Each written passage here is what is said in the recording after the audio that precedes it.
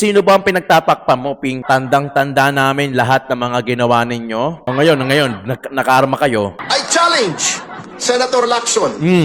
Kasi isa pang ipokrito yan eh. Yan tatlong yan. Bulag, pipi, bingi. Puta, nagiging talent nila yan. Nung mga ayaw mong ipatawag nung chairman ka ng Blue Ribbon Committee, malamang sa malamang ay gagawin ngayon ni Rodante Marcoleta sa ni Senator Pia Cayetano. So, ang bibilis ng mga kaso na ikinaso nyo para pagkasa po to, ha? Issue na bayan ating pagsapan. What's up mga kayon, and welcome back pa rin syempre dito lang sa Jomalon TV para sa Issue na bayan ating pagsapan. Di kami natatakot sa katotohanan. Kaya naman isa maganda umaga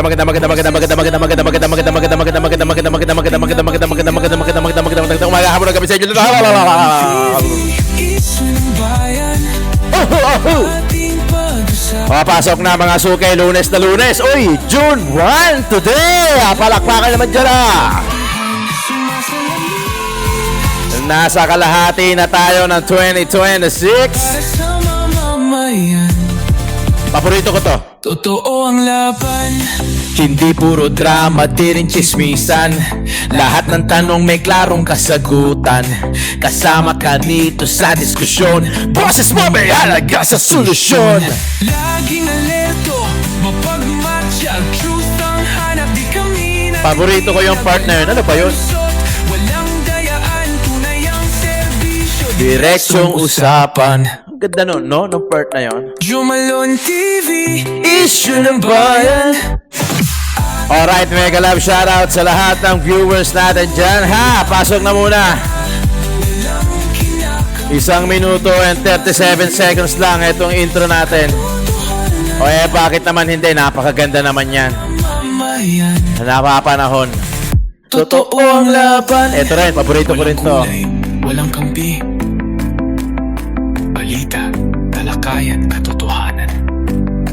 Para sa bayan. You know? Oh, di ba? Alright, mega love shoutout sa lahat ng viewers natin dyan. OFW ka man o dito sa Pilipinas. Today is Monday, June 1, 2026. Nasa kalahati na tayo ng taon. Papasok na rin ang bagyo. Papasok na rin ang Super El Nino. Na pinaghahandaan na ng ibang bansa, pero tayo, impeachment pa din. Kaya bakit hindi? Sabi nila. Mga kayon, paki-double check naman kung nakasubscribe ka na rito. Kung hindi pa, paki-subscribe naman yang red button na yan. Subscribe, tapos yung katabi niyan, yung bell icon, paki-click, then click sa all para lagi kayong updated. Alright?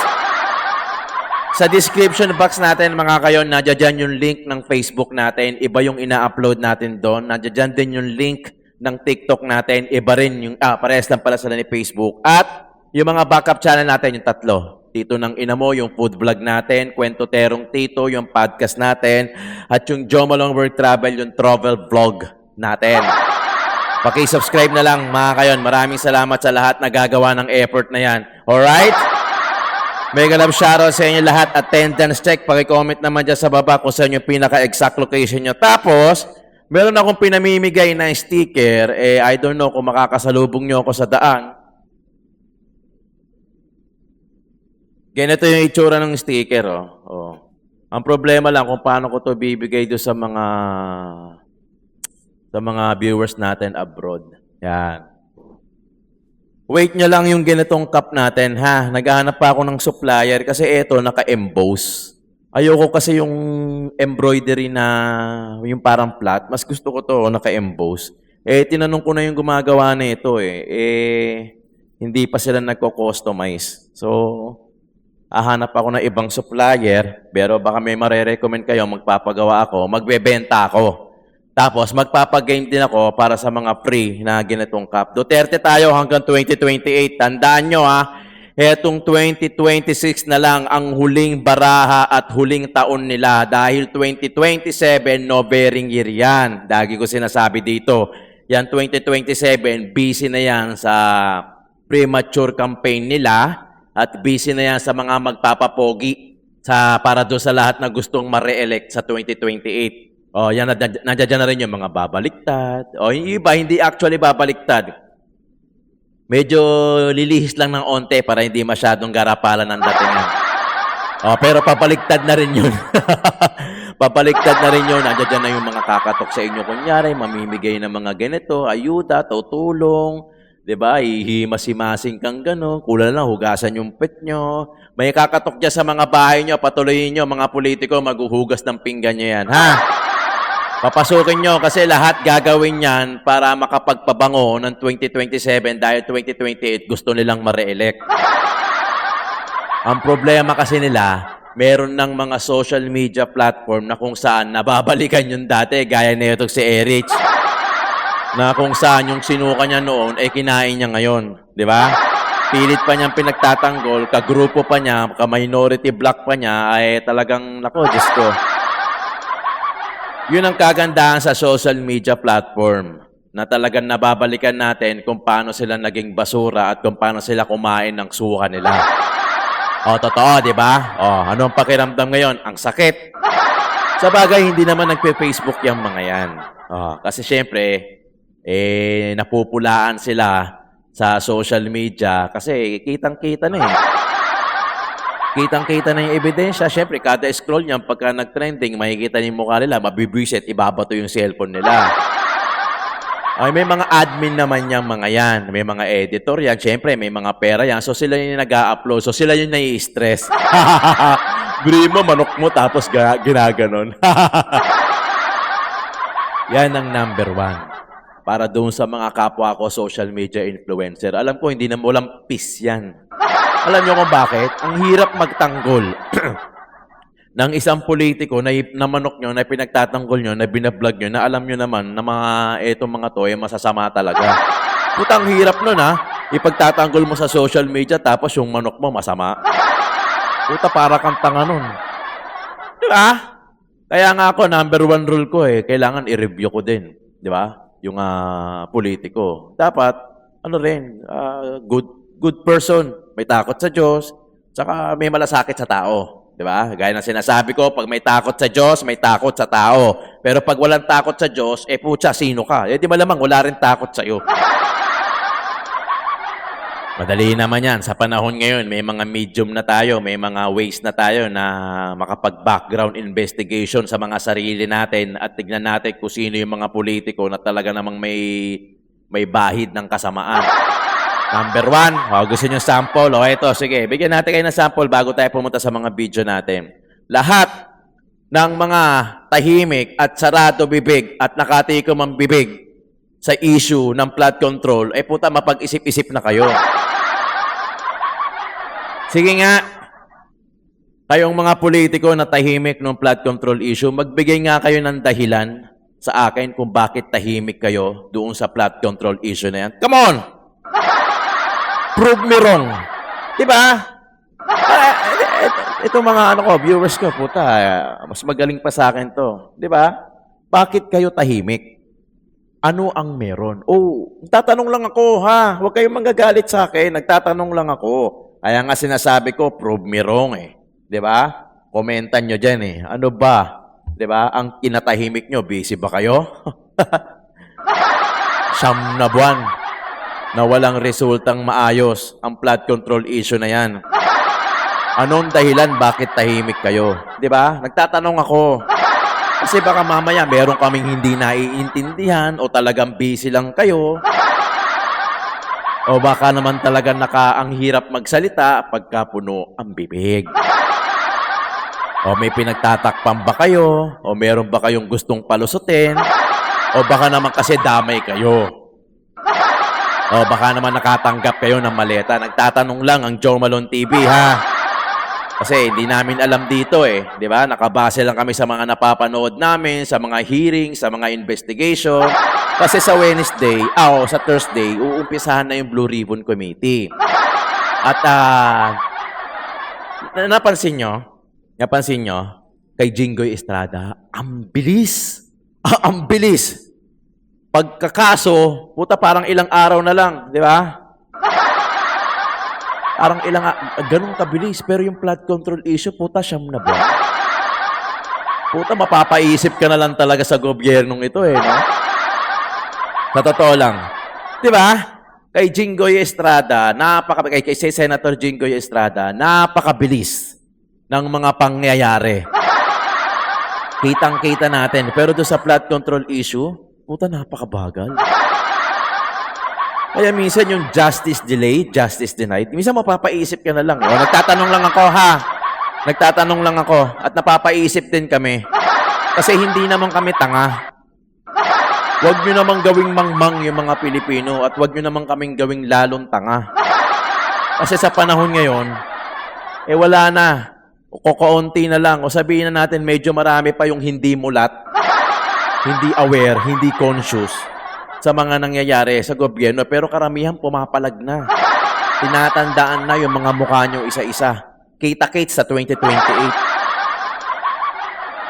Tingnan nyo yung SWS ni BBM. Negative 15. Puta, nakakahiya yun, ha? Walang-wala dun sa survey ni nating Pangulong Rodrigo Roa Duterte. Umpisahan na muna natin tong chismis dito. Oh, patay. Oh, pagkakadawit ni De Lima sa listahan ng 18 ex-Marines, posibleng muling maungkat sa Blue Ribbon Committee. As far as I could remember, parang nabanggit ata doon sa ng mga 18 Marines na naikwento na parang pumasok ata, humingi ng sobre tapos pumasok sila De Lima, bit-bit yung sobre na yon, na yan, naglalaman allegedly ng pera. Hindi ko mas matandaan yung eksakto, pero parang ganon. Kaya ba ang sipag mo? Di ba? Grabe yun, no? Well, masarap magkapera. Totoo naman, puta naman, no? Huwag na tayo magpaka-hipokrito dito. Masarap magkaroon ng pera na libre. Masarap. Aminin natin, di ba, masarap. Pero putya, di ba, pare? Yung bigat nun, yung konsensya mo nun, puta, ang daming, ngayon, magkakaroon ng bagyo. Ang daming nasalanta, namatay, binaha. Yung baha, hindi bahang tipong hindi gumagalaw, yung static, yung lulusong ka lang, hindi.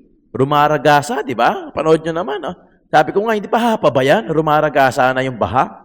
Di ba? Ang daming bahay na bubong na lang yung nakita. Maswerte na yung bubong ang nakita, yung ibang bahay, tinangay. Kayang-kaya niyong atimin yun? Sa kapwa Pinoy yun? Kasi hindi kayo direct. Di ba? Hindi kayo direktang tinamaan. Kaya parang, oy, okay lang. Sila naman yan. Hindi naman tayo yan. Puta, ang lupit ng konsensya mo nun. Best friend si Satanas. Kaya pala ang sipag nito di ba? Ang sisipag ninyo, lagi kong sinasabi yan dito, magtaka na kayo pagka yung mga politiko hindi naging involved o hindi binuka yung bibig patungkol sa flood control issue na yan. Anak ni Raffy Tulfo, may 1.137 billion, Diyos ko po, para sa flood control kahit hindi bahain ang lugar. Sabi ni Kiko Barsaga, ang anak mong si Ralph Tulfo ang may pinakamalaking flood control sa Quezon City. Yun! Ganun talaga. Pag maraming laman ang bibig, siyempre mahirap magsalita. Hayaan nyo na yung mga nabiktima. Di ba? Sila naman yan baka yun ang iniisip nila.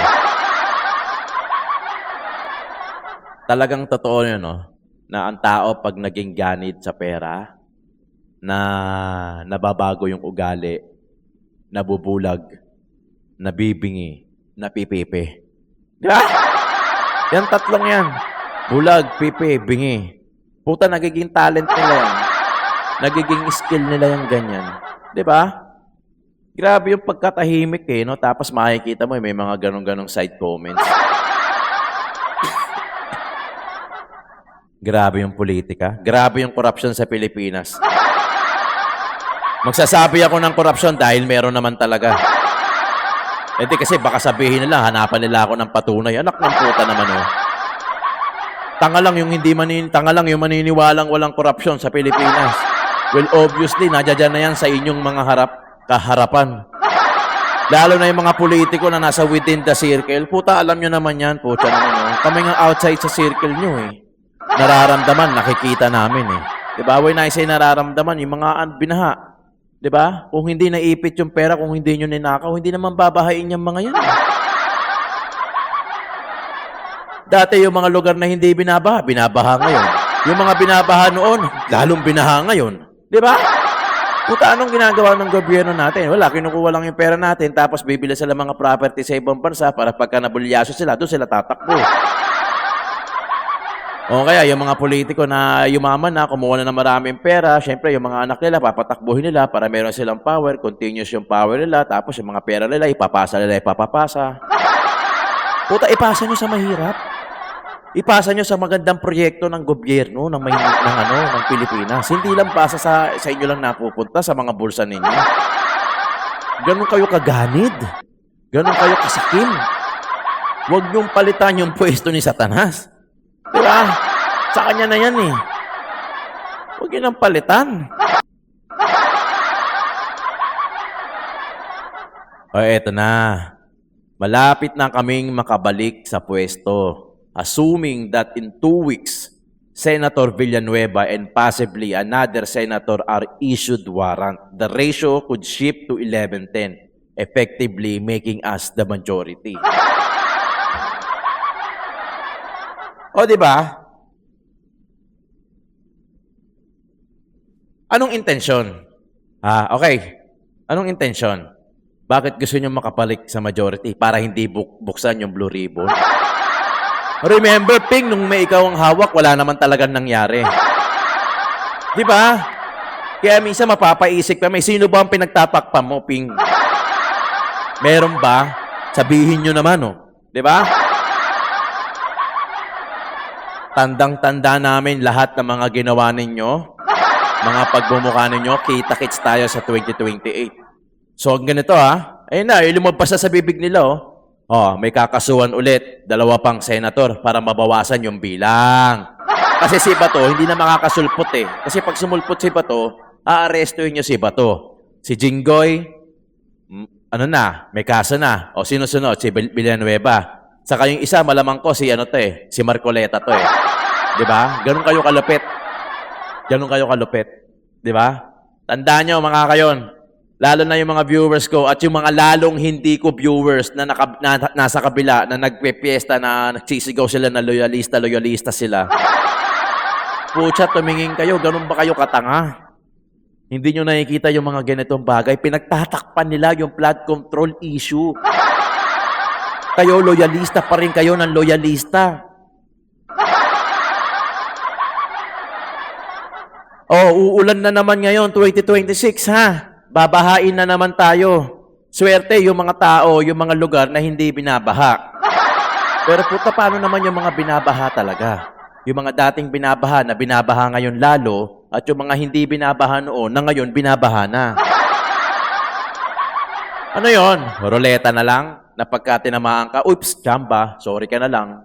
Para hindi ganun ang gobyerno ng Pilipinas. May magagawa ang gobyerno ng Pilipinas kung walang korupsyon. Less corruption. Kasi mahirap na sabihin na walang corruption. Puta, para napaka-imposible. Malayo sa katotohanan yan. Doon na lang tayo sa medyo malapit na less corruption. Di ba? Yung pondo, imbis na doon napupunta, puta, binubulsa. Ano ba gagawin nyo sa pera na yan?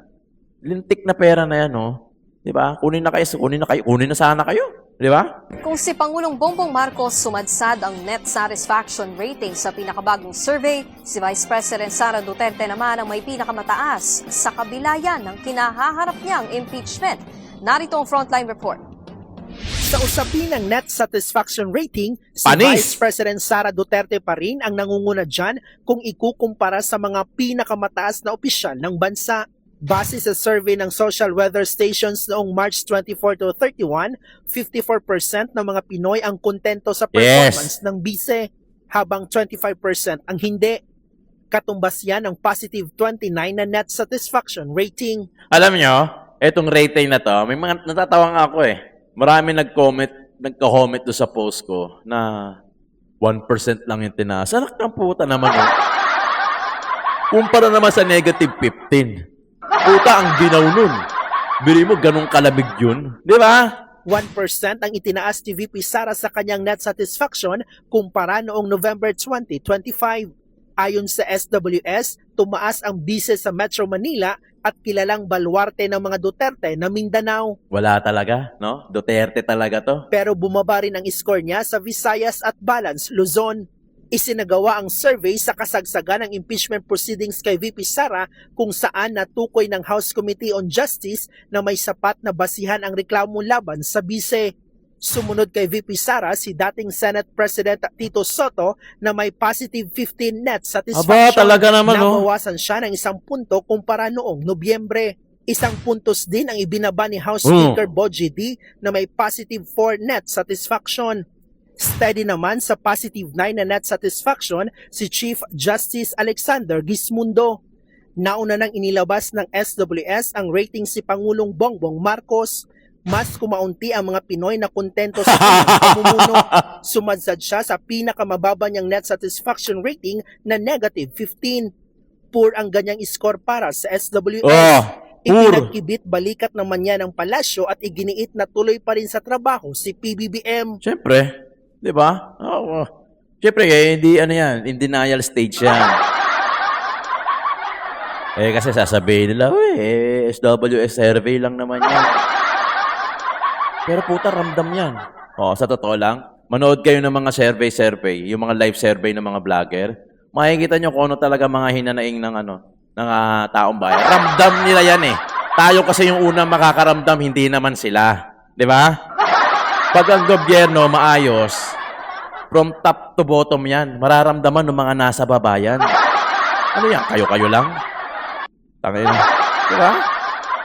I challenge Senator Lacson. Kasi isa pang ipokrito yan eh. Oo. Surrender siya kay Bato. Unang-una, pumirma yata siya dun sa Resolution 44, di ba? Si Ping. Pagkatapos surrender, hindi naman siya sumurrender noon. Nagtago siya. Yung all those calling for the surrender of Senator Bato are hypocrites. Because yung sina Teddy Casino, sina Lisa Masa, noong 2006, ewan ko kung buhay na yung iba sa inyo rito, nagtaguyan ilang linggo sa loob ng House of Representatives, di ba? Tignan nyo yung mga news reports, pinagmalaki pa ni Lisa Masa, doon na daw siya naglalaban ng panty sa loob ng House of Representatives, sa lababo. To evade arrest. Si Trillanes, ganun din. Si De Lima, 2 araw yan nakiusap. I was there. Kasi kami yung ng VACC yung nag-file nung Bilibid drug case. We were there nung isa-serve yung warrant, nakiusap si De Lima, baka pwedeng 2 days muna ako dito to wind up. Hindi siya pinasok. Wala nagpumilit pumasok doon para arestuhin siya. Now they're calling for surrender. They are justifying yung pagpasok sa Senate. Kakapal ng mukha nitong mga to eh. Grabe. Si Lacson nga ang nag-coin ng word fugitive from injustice. Swerte lang yan si Lacson, sinuportahan niya si Noynoy, tumawid ang administrasyon.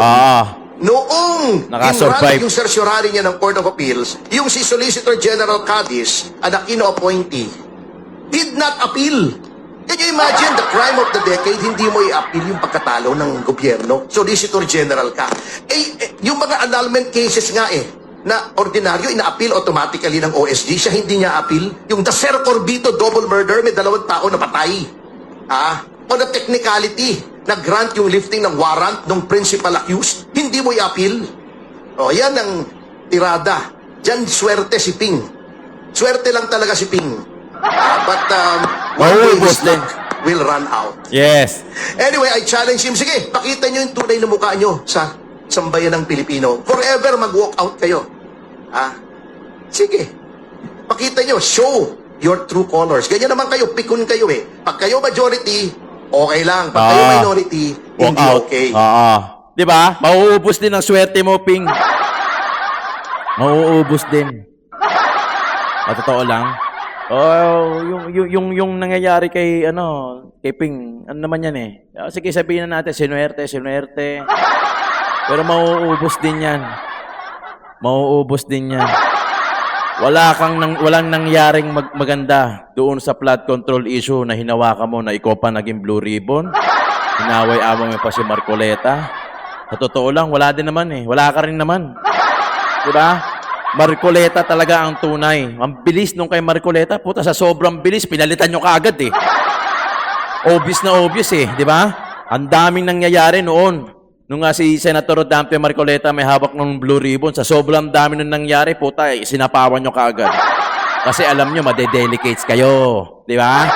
Madedelicates kayo, kaya inunahan nyo kaagad, palit SP, tapos palit ng mga blue ribbon, ng mga chairman. O ngayon, nakarma kayo, di ba? Binalik sa inyo, o nagpalit, ang tagal nga eh. Di ba? Sa inyo, mabilis eh. Di ba? Ang tagal nga, tapos ngayon, bubuksan yung blue ribbon, ngatog-ngatog na naman kayo. Yung mga ayaw nyong ipatawag, nung chairman ka ng Blue Ribbon Committee, malamang sa malamang, ay gagawin ngayon ni Rodante Marcoleta sa ni Senator Pia Cayetano.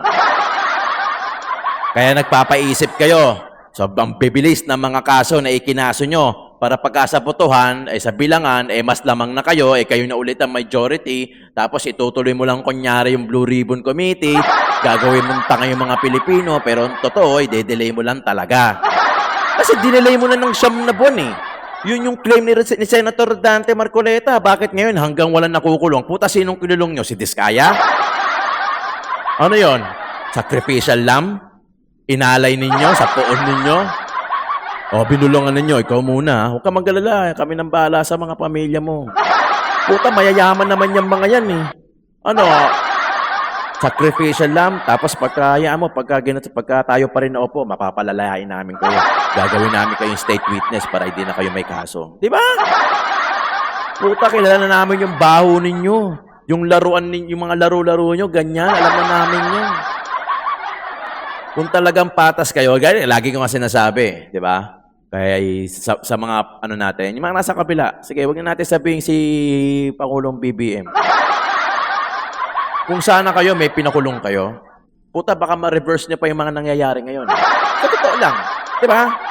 Halimbawa, yung talagang mga sangkot sa mga malalaking main character o main na responsable sa flood control issue, ipakulong nyo. Baka ma-reverse nyo pa. Baka mahalin pa kayo ng tao. Baka ha? Hindi ko dinidiktahan na yung mga feelings ng mga manonood ko. Baka lang naman. Ang problema kasi hindi nyo gagawin kasi kayo yun malalaking tao. Di ba? Kayo yun malalaking tao kaya hindi nyo pwedeng isuko yung sarili nyo. Puta, magkahiyaan na. Ang katwiran nila, puta, naisubo ko na yung mainit na kanin. Kahiyaan na to, hindi ko na ito iluluwa. Marami nakatingin. Gets nyo ka? Di ba? Ganun eh. Walang nangyari. O ngayon, bubuksan yung Blue Ribbon Committee sa Thursday, kanya-kanya na kayong, kanya-kanya, tataranta na kayo kung ano, gagawin nyo na lahat eh. Yung imposible, mga kayo, tandaan nyo, itong 2026, lahat gagawin nilang posible. Siyempre, anong gagawin ng ng mga kakampi ni BP Inday Sara? Ang lagay, magtatanga-tanga na. Siyempre, dedepensa yan. Siyempre, dedepensa yan. O, yun ang nangyayari sa Senado. Siyempre, dedepensa yan. Ano, basa nyo na lang aagawin yung bola ulit? Tapos kayo maghahari-harian dyan sa Senado, sa Kongreso? Tignan nyo yung lower camera. Di ba? Wala na rin dignidad eh. Gising na yung Pilipino. Huwag yung tapalan ng pera. Labanan nyo sa galing. Kung talagang magaling kayo at bilib kayo sa sarili ninyo, sa bagay, hindi eh. Kaya talagang dadaanan nyo lang sa pera-perahan ng labanan. Di ba?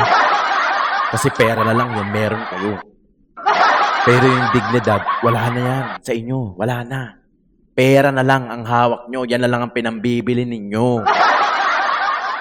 Di ba? May mga iilan na kaya nyo pambilin yung dignidad. Pero sa 2028, mapapag-isip na din yan.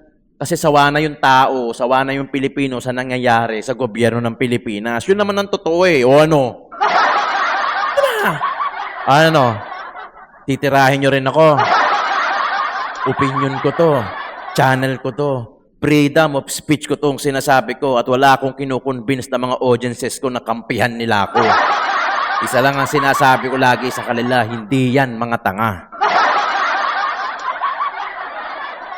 Diba? Akala ata nila, yung intimidation, kakasuhan ka, i-intimidate ka para manahimik ka. Kaya naman nilang gawin yan. Sa kahit kaninong nagsasalita ng tama. Di ba? Pero pagkakakampi mo ang Diyos at nasa tama ka, huwag kang matakot Huwag tayong matakot mga kayon. Basta nasa tama ka, huwag kang matakot. Kakampi mo ang Panginoon natin. Di ba? Mga kayon, maraming salamat sa pagsuporta nyo dito sa Joe Malone TV, Issue ng Bayan, ating pag-usapan.